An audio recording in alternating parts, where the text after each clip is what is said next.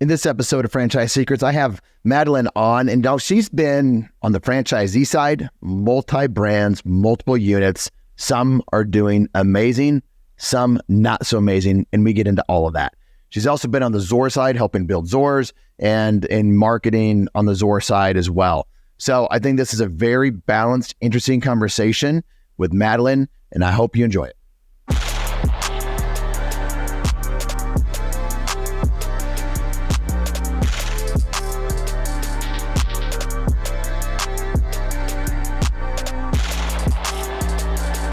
Representing Franchise Secrets, Eric Von Horn.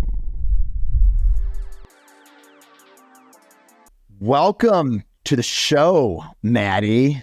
Thanks, Eric. About time you had me on. Jeez, I know it's been like, what, half a week since I recorded yours? I had to get on yours first before you got on this one. This is true, but then I had you on the Franchise Masters first. But yes, you slid into my DMs first, so I did. I saw you. Because I saw the Franchise Masters. I'm like, yeah, that looks awesome. I wish I had that idea, which I didn't. And I'm like, who's behind this thing? And there was your name, and we had a ton of mutual friends. We actually met in the past, and so then I'm like, hey, how's it going? And we should know each other. And we were and I wanted to meet you at Springboard, and then I snuck my way into the Franchise Masters somehow. So. Snuck in, aka me being like, "Oh, please, will you please come on the Franchise Masters?" I didn't know you were going to be on Springboard. All worked out. You were so desperate to fill one slot, and I happened to be there, so that worked out well. Desperate. Tell us about Franchise Masters. Yeah, so I had this idea. It's so funny. I was like, I never take baths, and I was in the bathtub, and I was like, my husband was like, you need to relax. Like, you just had a baby a few months ago. I'm like, all right. I get in the bathroom. I was out three minutes later because I came up with this idea, and I was like, there is no middle ground between bad quality webinars, maybe some podcasts, if you know the good ones to follow, and then in-person events for brand to brand learning or learnings for high quality franchise candidates. It's always, no offense, but these brokers and consultants, everyone has a podcast. A lot of it is franchise development, selling. And, I think that there's a lot of learnings on industry roundtables. But after that, people meet other, execs in the space, and they want to talk and they want to meet. But as well as I do, that you guys don't have an hour to give to 40 people in a room. So I said, what if we sat down, we filmed them, and we talked about their expertise in franchising, why they do what they do, and just get to know them a little bit more than just the Mary Thompson, the COO of Neighborly. Like, a lot of times suppliers, I just need to know her because she seems important. So I wanted it to go a little bit deeper because I think franchising is that in terms of it's emotionally deeper than any sort of corporate business you're going to open. It probably comes second to the mom and pop, right? And then two, I think obviously they have incredible knowledge, but I think it's important for franchisees to remember, and new franchise candidates that are interested in their brands or in franchising, to realize that the people that make these brands go are just like them. We are not these big corporate entities. We are not the board members at Walmart. We are essentially big franchisees who care about the success. We care about the location, and we care about the brand. And so I thought that was, super important to put out there. And there's really, nothing like that. So we did it in a very Netflix style documentary. I had Trevor from Franchise Filming and his team came on. And we shot 26 stories that we anticipated being, 5 to 8 minutes. And I think that they're like 10 to 20 minutes a piece, just because there was so much to say. So it's launching this November, and, we're super excited. We said, if it goes well, we'll do season 2, but I already anticipate season 2 being filmed at the IFA next year. So nice. How do people find out about it? So we are about to drop the teaser, and it'll be all over social media, but you can find it on LinkedIn, either the Franchise Masters, there's a group, or myself. We're going to send it out an email, and then there'll be a pre-register to sign up for when it gets released. It's all going to be free, to watch, and you just have to put in your email so that we can, bug you with some content later down the line. But yeah, so it'll be, all of the pre-marketing will be released next week. I love it. I can't wait. I can't wait for that. I can't wait to learn. And I saw the lineup, and yeah, you got some heavy hitters in there, and it will be really, really good. All right. Well, that's on the franchisor side. You are sitting in have sat in multiple seats in franchising and currently do. And tell us about the franchisee side of you.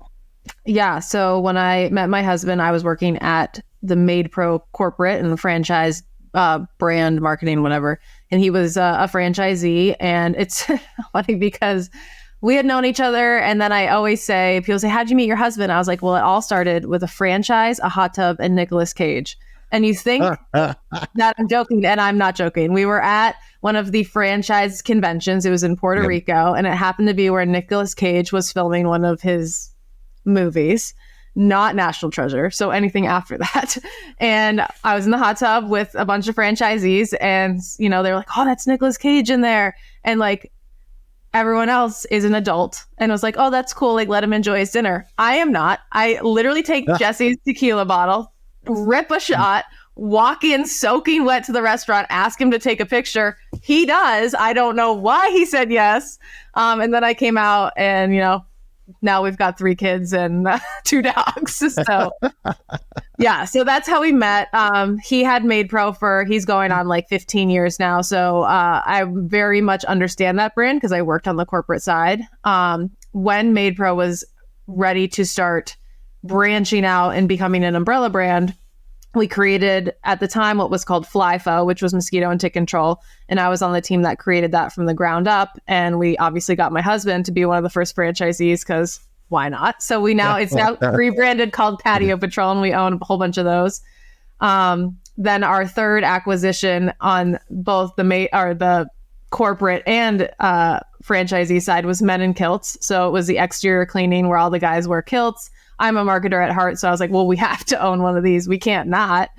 And the funny story there was my husband was like, I don't want to wear a kilt. Like, I'm not that dude. But I was like, just that would be me. It's gonna work.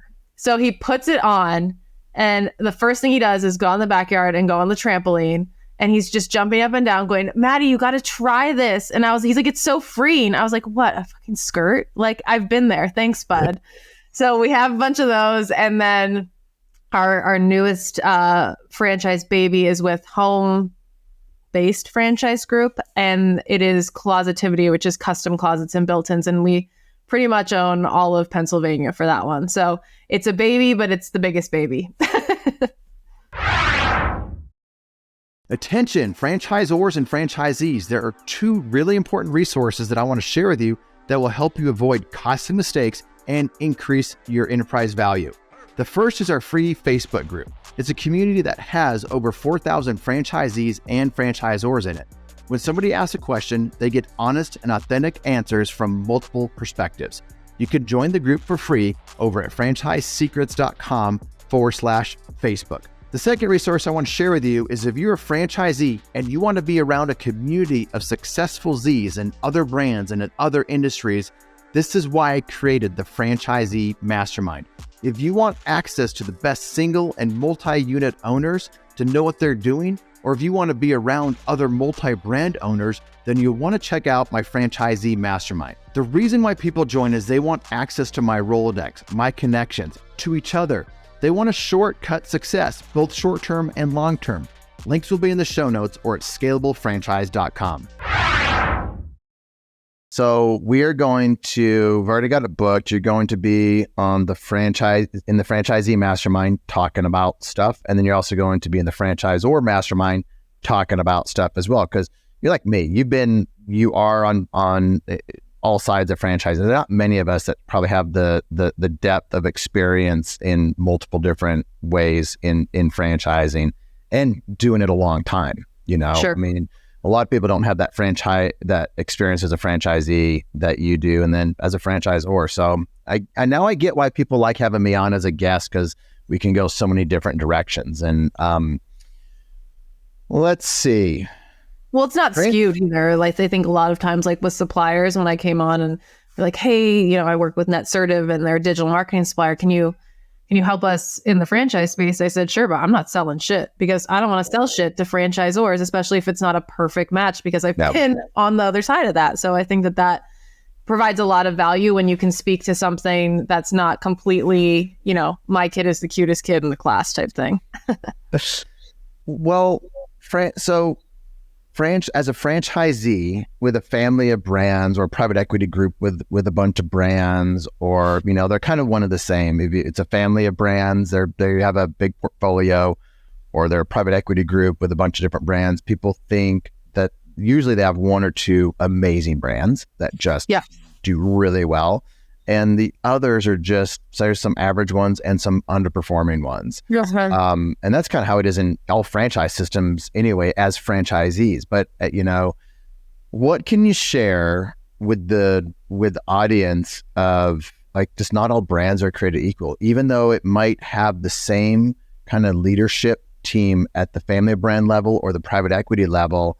Some brands just seem to do really well and some of them just don't. Any thoughts or comments on that? Yeah, so I'll talk from the franchisee side first, where ideally all of our brands do well because we picked and choose, and we already know our market very well, and we have a huge database of clients already, and the offerings go hand in hand, and it's just simply not the case. And everyone I've talked to, that cross marketing, that cross sell, it's very, very difficult. We have Made Pro clients and it is like pulling teeth to get them to sign up for window washing, even at like 70% off. Like, it's just not something that I think consumers are bought into just yet. While it makes sense in terms of maybe cost and ease of use and trust, and it's just second nature to us as business owners or, franchisors, I think for the consumer, they're just not quite ready to do that yet. And so we've seen a lot of trouble with that. And I also found that, my husband and I are good business owners. We stay in our lanes. Like, he is Mr. Operations, I'm Miss Marketing. It's great. But And to that point, we could probably open any business and have it be quote unquote successful. But what we found is that while we might not necessarily need the franchisor in terms of hand holding, we'll take the model, we'll take the brand, we'll follow your processes and go. If you don't have that locked up as a franchisor to the extent of which people like myself and my husband, who you would want as franchisees, can make a lot of money, it's going to wreak havoc. And that's what we're seeing in a lot of our brands. So Made Pro is the oldest.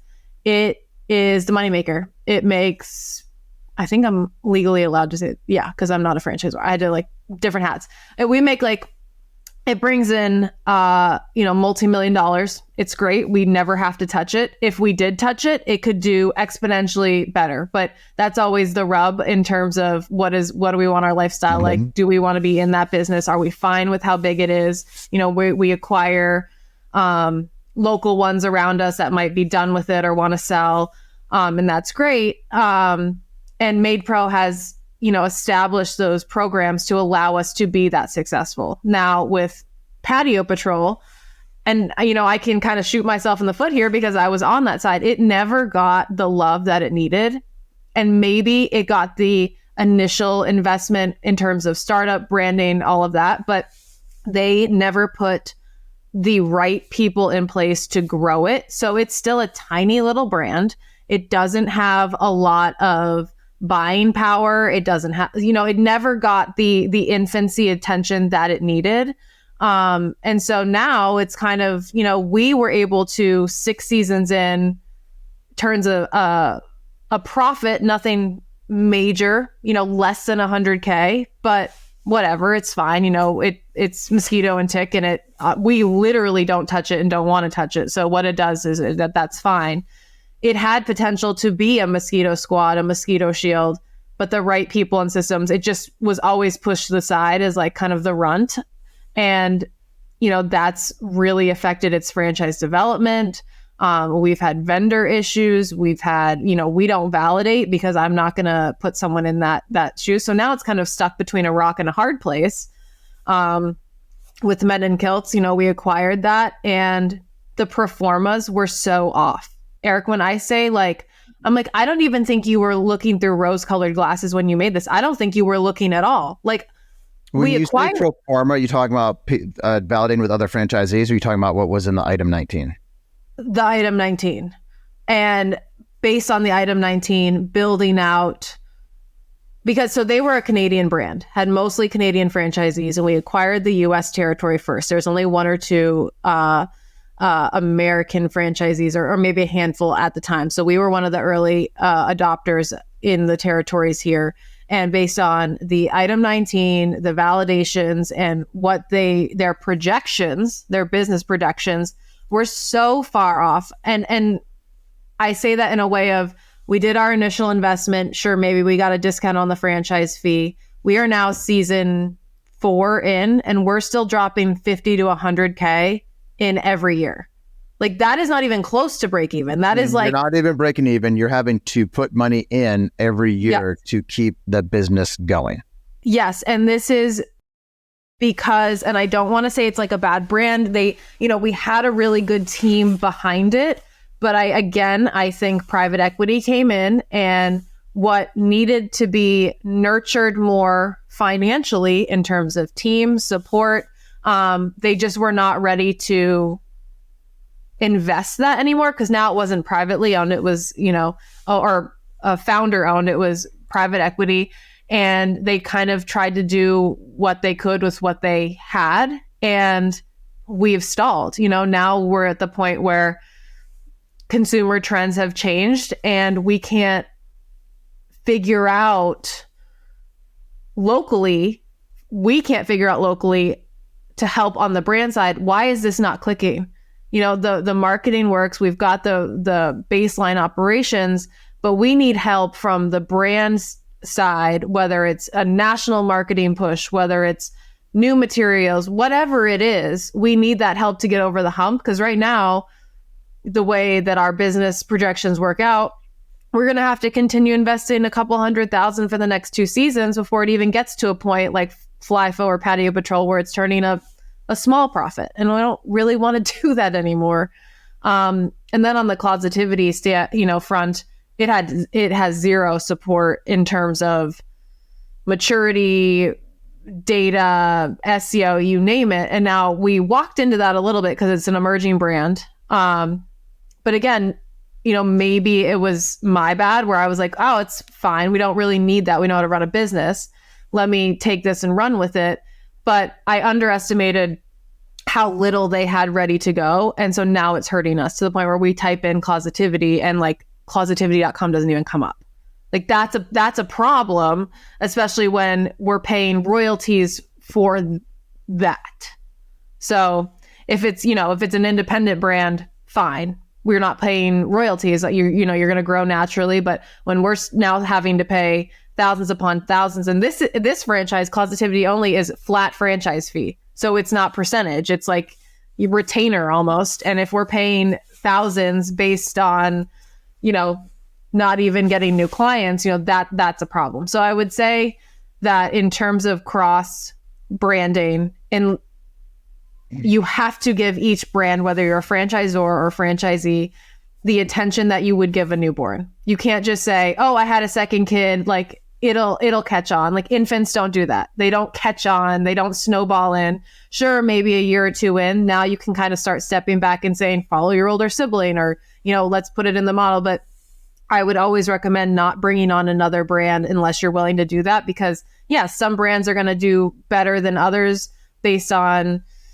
service type, branding, area, but essentially the tide will raise all the boats. But if you got a couple anchors in there, it's going to be a big problem. So my recommendation is don't open one, don't acquire one, don't bring on one unless you're willing to do that entire startup investment mindset, or get someone that's going to do that, because it's just not going to thrive the way you want it to. So you talked about different specific brands, different stages of growth. and different industries.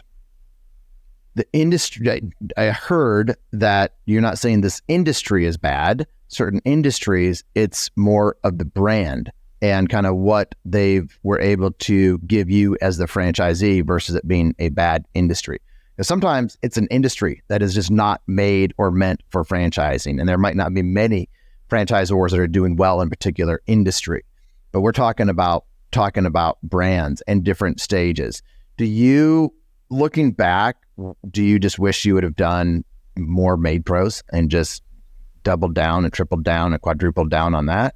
Or are you kind of glad that you, or I don't know what the right way to frame that? Yeah, no, that's a really good question. I think looking back, maybe I wish that we had, my husband and I, like, we'll walk into someplace, drive 2 cars and be like, that's the one. Great. Like, we can make decisions. We'll go, we'll take the risk and we'll deal with the consequences. I'd say looking back, sure, it might have been nice to just continue buying up Made Pros, but that's also boring. That's not us. Like, we need to try other things. We want to expand what people call your franchise empire. So I don't regret opening new brands. I think I would change the timeline in which we did it, and also maybe double the investment requirement we thought it would need. Because then, we're just tired of being in startup mode. Now we're like 4 or 5 years in startup mode, and you're just like, I want to write another $50,000 check. I want to be pulling that money out. And, we've got 3 young kids, so it's a lot.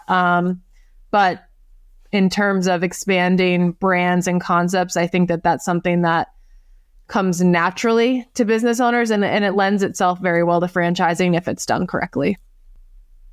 So what advice would you give? Someone's listening to this and they're like, oh, they're writing down the names of the 4 brands, and they're like, obviously Made Pro is the one to have. These other ones, I will not buy that. And so they would hear a podcast like this and go straight to Made Pro. Is that the right thing to do? Or is there any other things that they should consider? So I wouldn't say, don't go buy those brands. There's reasons we still own them. There's reasons why we haven't shut them down. I think those brands are great. I think their offerings are great. I think just like dating, I think it depends on who you are and what you're looking for and the stage of your life. If you are looking to own multiple concepts and you want to do it all at once, I would say, maybe home services isn't for you, because it can be a long break even if you're looking for that quick kind of turnaround, because it takes, service is just different than product. We are not serving ice cream here. We're cleaning your house, right? I would say when you're looking at a concept, look at ones that have been around forever. Home cleaning has been around forever. So whether it's Made Pro or the Cleaning Authority or Molly Maid, the service itself isn't going anywhere. I think that's what you want to look for first in terms of longevity. After that, sure, you can take a look at the brands and see kind of where you fit culture-wise. But yeah, if you're just saying, oh, I'm just going to go to a concept that seems like it's going to make a shit ton of money. Well, you can make a shit ton of money doing whatever you do if you really, do your due diligence, have a passion for what you're doing. And I'm not saying like we don't have passions for cleaning toilets, but we have passions for helping people and, for working with people. So I think if you align your passions and talents with the right type of brand, you can be successful. A quick way to do that is in franchising, and an even quicker way is to go to established brands. But man, some people out there, they like the hustle. They like the startup mode, and an emerging brand might be for you, so I think that you really have to take a look at what it is you want. And I hate saying this, but like, why do you want that? And not why, like internally, like, oh, I'm on a spiritual mission for why. Like, no, why? I want to make a shit ton of money. I want to pass this down to my kids. I want to be in automotive. So what is the reason behind what's driving your decision? And then once you find that, find the most successful avenues to, to go those routes instead of just saying, oh, the world is my oyster, narrow that shit down, people.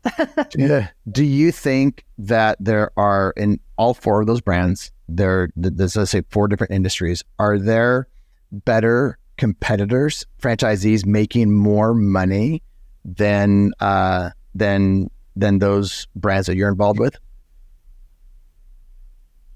Can you rephrase that? Look at Made Pro. You're doing very well there. Are there other brands out there that are doing as good or better? You don't have to give me the names of the brands. Oh, I see what you're saying. Do you see other ones that are as good or better? So in any of them. Yeah. Wazzle. So I think that there's 2 sides to this. The first side is when you're looking at break even and you're looking at seasonality, because a lot of these service brands or man in a van type franchisees are seasonal.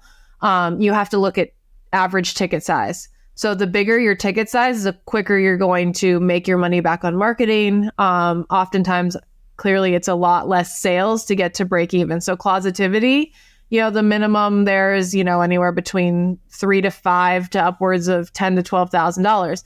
Now, the average home cleaning is $200 to $400. So, taking a look at those tickets there, in terms of competition, for closets, yes, 100%. We are on the very low end of that. I think we can definitely compete, but California Closets by Design, I mean, they're charging thousands upon thousands and they're the go-to people. So we know we can do very well there. Mosquito and Tick, 100%. I'm pretty sure there's Mosquito Squad out there, got in early, owns like a whole state's making like 7 or 8 million, at least through the grapevine. So yes, you can also do very well there. Also depends on the size of your territory, how much you're willing to market and invest. But looking at the competition side, that's how you also know that the potential is there. If there's no franchisee in any brand out there and you're in, whatever concept, and what makes you think that you're going to be the only one? I don't really want to be the guinea pig for being the first $1 million in a franchise concept. Made Pro, we're in the top 10, maybe the top 5. So I know that there's other Made Pros doing that. And I know that we're not the biggest or longest standing home cleaning brand. So like a Molly Maid out there, I'm sure there's franchisees doing just as well. In the exterior cleaning, very similar. It also depends on if you're going to do commercial jobs or just residential. So there's definitely a lot of opportunity there. But yes, there are in all of our brands, there's people and competing brands doing very, very well. And it's our job to figure out how to move the puzzle pieces so that all 4 of them do that and do that well, which is tricky, and it takes time and it takes investment, and it takes a little bit of failure too. Couple of quick lessons that you've learned by, with these different brands. For me, when I had success in a couple brands, I was overconfident in my own abilities. Overconfident in my ability to pick the next one, because I thought I was a really good picker of brands. Wasn't as good of a picker as I thought I was. I wasn't as good at operating as I thought I was. And I thought if I get involved with it, I know a lot, and I can, because of my past success, that means this is going to be a success. And that was not true. Looking back, there's different reasons for it. Geography, my involvement in it, a lot of different things. But I would say when I placed the blame on myself, it was my overconfidence is the reason that I bought into a brand and didn't do very well with it.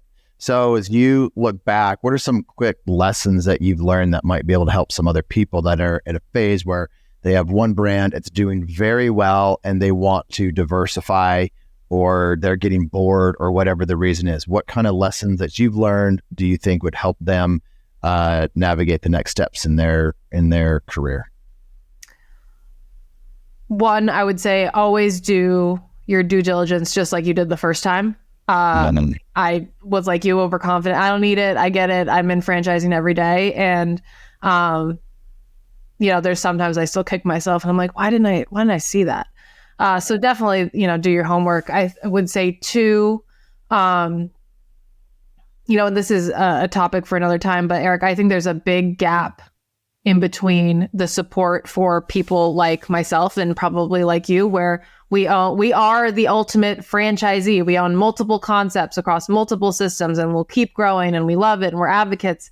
But the reason why brand 2 and then 3 and then now 4 are not doing as well as 1 is because the marketing plans are all the same for them in terms of maybe not the actual outlets and spends, but it's all digital and guerrilla, get out there. And I'm like, okay, well, you didn't build into the business, the marketing plan, the business financials that we also have 3 other brands doing that. So I cannot ignore my 3 other brands. And there's not enough time in the day for me to go out and door knock.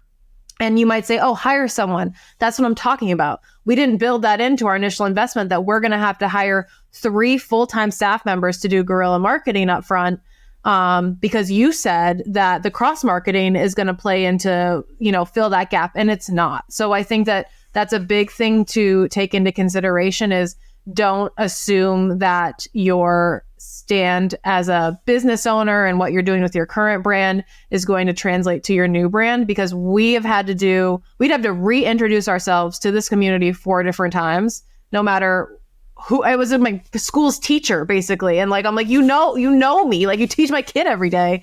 And it was still, a reintroduction. So I think that make sure you're building in those costs, because your time is obviously money, but also as you have more brands, your attention's going to get pulled in different directions. And especially if you're looking for that semi-absentee or quote unquote absentee, which I don't really think exists, even though we technically have a couple of them, you're still, the business owner. So, understanding that it's going to be almost a bigger investment when you have multiple brands, because all of a sudden your resources are now split. After that, I would say when you're looking at your marketing, because it's always marketing's fault, and that's my specialty, is that don't assume, even if you're in the same industry in terms of home services, that one marketing tactic is going to work for the next, or the benchmarks should translate. The benchmarks are different, the KPIs are different, and understand that. It's your job to find ones that translate well or see how they communicate with one another. But if you're looking at all of your, Google campaigns and you're saying, oh, we're just going to run it under Zook Industries and instead of each brand, it's going to dilute your data, and eventually it's going to cost you more money to untangle that in order to grow than it would, initially just doing it separately. It's a good point. I think every brand that I've opened, the costs are always more than what I anticipated, Really? Even anticipating higher costs. It was always more. And currently right now, I'm an investor in a franchise brand at the franchisee level, and they're getting ready to open and or signing the lease. They're signing leases right now. And I'm an advisor and an investor. And I'm like, gents, what are these costs? And I'm always like, and they know, because they are continuing to open up some of their own. And now we're doing it as a partnership group where I'm an investor. So they have a really good pulse on it, but I'm still like, this might be the one where I'm right on the budget. The budget might come within budget, but up to this point, out of, I don't know how many have been involved with close to 100 different locations as an area developer or franchisee, they've always run higher. So and I think the problem is that franchisors don't want to admit that, and it's okay to be more expensive. I mean, we talked about on my podcast where if you have a poor item 19, or your costs you thought were going to be, you wanted to be in the 100K and you're actually in the 500K, you're going to lose some good potential franchisees, and that's okay. You're going to say no. You're going to price out some really good candidates, but what makes your brand valuable is your ability to be transparent and communicate with that. Because if you bring in someone at 100K just because you like them, they said yes, and all of a sudden they're severely undercapitalized, well, that's just a nightmare for you down the road. It's a nightmare for them. So, don't be afraid of being a little bit more expensive or inflating what you think their initial investment is going to be. This is not a discount game in franchising. This is the long game. And so I think that franchisors need to, take a hard look at are we being honest with what we think this initial investment's going to be? Are we being realistic with break even, and, are we doing everything we can to make sure that those numbers stay true and that we're working to get those numbers lower, So some of that comes into marketing costs. It's easy to put in, it's easy to not have marketing costs, enough marketing costs built into your pro forma, into the item 7 and whatnot, grand opening. But what we're really looking at with our brands, and it really started a few years ago, but putting in really good numbers in marketing, meaning to have a really good grand opening, go into market, really strong just budget for Facebook or Google and grassroots and whatever it is. And so we are telling our founders, you don't want to skimp on marketing. And founders, until they have franchisees, they think, I don't need to spend that much on marketing. But then that's the same as their franchisees. The easiest thing for franchisees to pull back on is marketing. Things aren't working because you can't always attribute it easily to growth to marketing expenses, or it should be a marketing investment. But what do you think? What do you think about that? What do you think about franchisees' expectations, franchisors' expectations of having a really strong marketing budget? Part of me really wants to say that as a franchisor, part of me really wants to say all marketing spends need to be required. I think that it's more flexible and it's more realistic to have the recommended spends, but I think that there needs to be a more serious,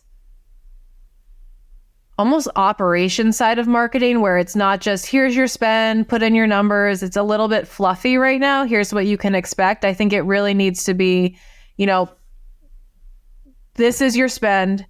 Here's why. Here's where you break it out. Here's what you can expect. If you're not hitting these numbers, here are the problems. And I'll give you an example for franchise development. Say it costs you $100,000 to get a new franchisee. If it does cost you that, you're doing it wrong. For the sake of numbers, say it does. Definitely be 90. Yeah. And in order to get that, how many qualified leads do you need to close that one? And by qualified could be they picked up a phone, they have enough liquid capital. In order to get, 100 qualified leads to close that one, how many total leads do you need to get 100 qualified? Is it 1,000? Is it 2,000?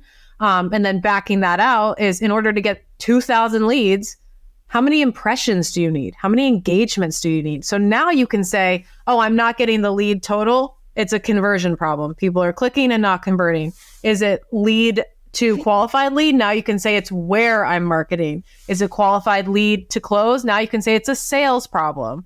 So, that's what I mean by it, even putting it back into your consumer marketing is really bucketing it out and being more data driven with your marketing. So it's not all just, oh, here's your new creative, here's your Canva, here's this, here's that.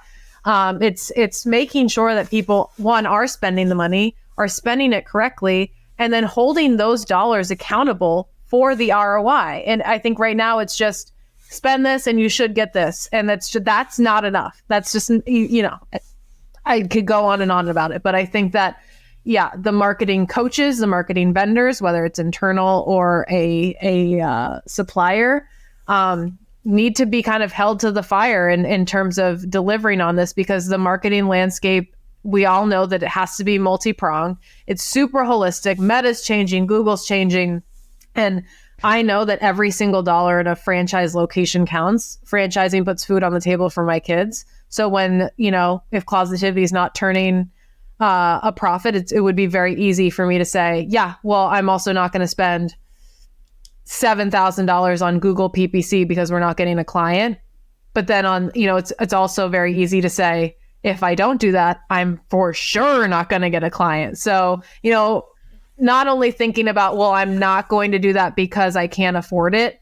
Can you afford to not do it? It's kind of like turning it back on itself. And so there's other ways to, sure, maybe don't turn it off all the way, maybe limit it, maybe shift it into spend. So it's not, full spend, it's cost per click. And maybe it's, lowering your threshold. Maybe it's cutting out some of your costs that you have? Is it, there's a lot of other ways to save on money that might be a little bit more annoying. They might be a little bit trickier, but aren't going to be as severe as cutting your marketing spend in terms of your success and growth in the future. Let's get honest about marketing vendors out there in franchising. How many great ones are there? Very few. I would say very few great ones. I can count them on my hand, not including my thumb or my pinky. So let's start there. I think bringing on a marketing supplier is very, very important for franchisors. Yep. I've done it So right now in my franchises, we have one that does it internal. We get charged a fee for that and they run everything. I have one that uses... So let's not talk about any vendor or any vendors or suppliers by name. We can do that when we're in the franchisor mastermind. We can talk about some names, but we won't do it publicly here. Right. So I have an internal. I have one with a vendor. I have one with a bigger vendor. And I have one that has like pretty much no vendor, no anything. I'm the marketing person, so this shouldn't be an issue. So I have an internal bake-off that I see. And what I will say is that there's different stages in your franchise growth. There's going to be a stage where you say, maybe we do bring it internal and we can maybe make another profit as a franchisor off of that, but we also have control. Maybe it's, I need a vendor at this time, but I'm ready to scale to a bigger vendor later. Whatever that may be, there is no right or wrong, and it's going to differ at the stage of your franchise brand's life cycle. What I will say though is I highly recommend vendors because the lift in marketing is so extensive that you simply cannot do it internally well by yourselves unless you have a big team. And I say that because a lot of this spend goes to Google.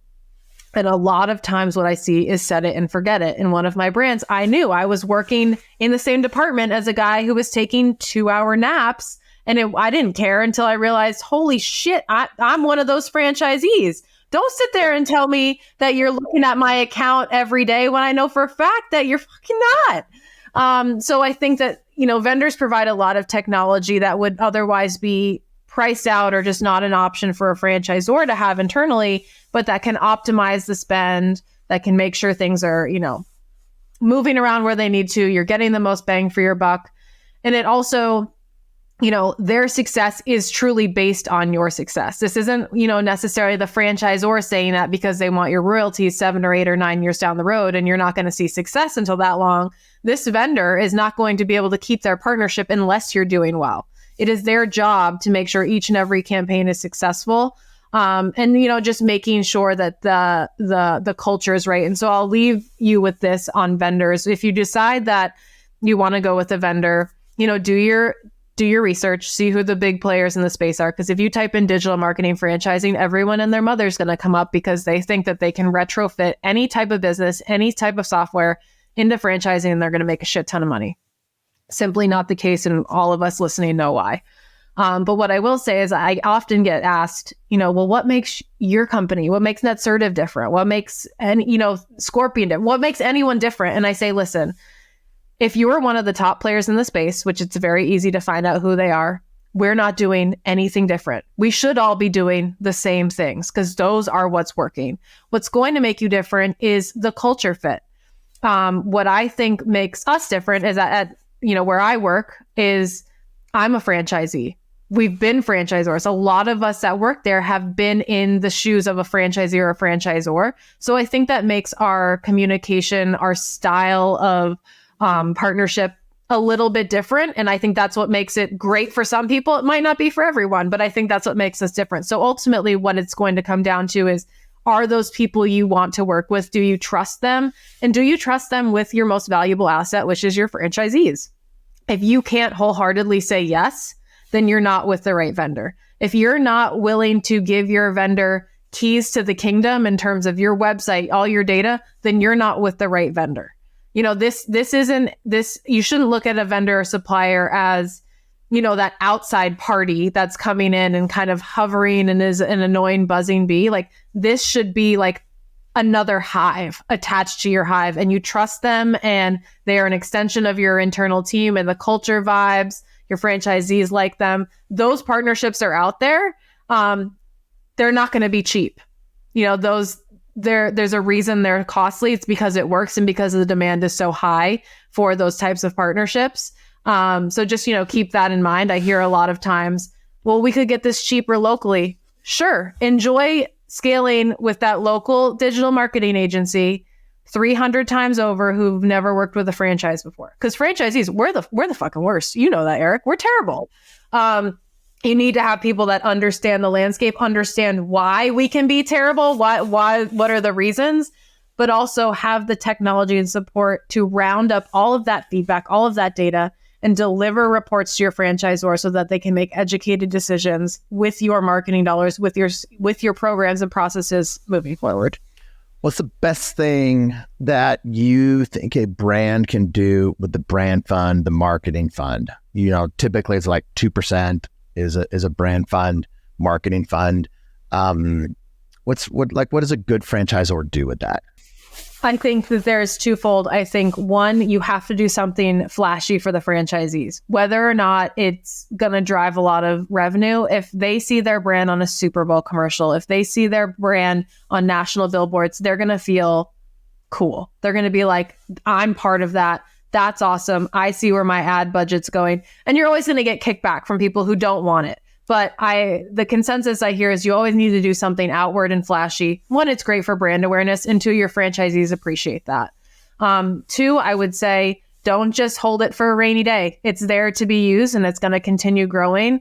A lot of that means using that fund to set your franchisees up for localized success. So while, you're probably not going to run a cable ad in every zip code you own, you could run a CTV national ad, and then you could say, hey, I'm partnering with a hyper-localized creative vendor or hyper-localized digital marketing agency, and we're going to take that $10,000 startup fee or whatever it is, we're going to cover that by the brand fund, and now your franchisees have access to partners that can help them localize or guerrilla market, whatever it is. So I would say creative-wise, do something flashy, and then on the back end, use that to pay fees that can help each franchisee individually as well. All right, we're going to get off here and talk like the real vendors, who are the best ones, but they don't get that on the Sue Gets podcast. Nope. We're going to talk to the franchisors about that because I guess not every Zor wants to spend $500 to be a part of my mastermind, sure. Which is a no-brainer. But where do Scott Abbott? He's got a thing that he puts out there. You were on his home. I think what's it called? Home service franchising or something. Was it? Home Service Summit. Yeah. He's got really good stuff out there. What are some areas where franchisors, they're not ready to pay for something? Where can they go to consume good content? I'm always trying to help these Zors out. Yeah, I would say the biggest thing is get active on LinkedIn. That is where, while I understand the time suck it can be, that's where the franchise community converses brand to brand. Once you're kind of in that community, you can join the groups and you'll start to see the names pop up, the resources. A lot of it is podcasts such as mine, such as yourself. And then you'll see the ability to start joining some free, like I host some free franchise roundtables. I've got a residential cleaning mastermind coming up. There are a lot of free opportunities out there that can help you get to a spot where when you're ready to join, kind of those executive masterminds like you have, they'll get you there to do that. So I would say LinkedIn is probably the best. You can, of course, always check out, IFA resources as well. But I think honestly, the biggest is getting in the community and shooting your shot, slide into the DMs and say, hey, I need help. Where do I go? Everyone is more than willing to help in the franchise space. And, I think the biggest part is just asking and being there. I think that's great. And then if you go to some industry events, you see somebody like Maddie or myself come up and say, hi, you might not get us on the phone at any time, anywhere. But at those events, we're just hanging out and enjoy talking to people. So slide in the Buy DM. me a drink and I'll be your best friend. I love it. Well, thanks for coming on. Thanks for having me, Eric. Thanks for listening to the Franchise Secrets podcast. Links to everything can be found over at franchisesecrets.com. And if you want my help with anything from starting your own franchise to growing your current franchise business, please visit scalablefranchise.com.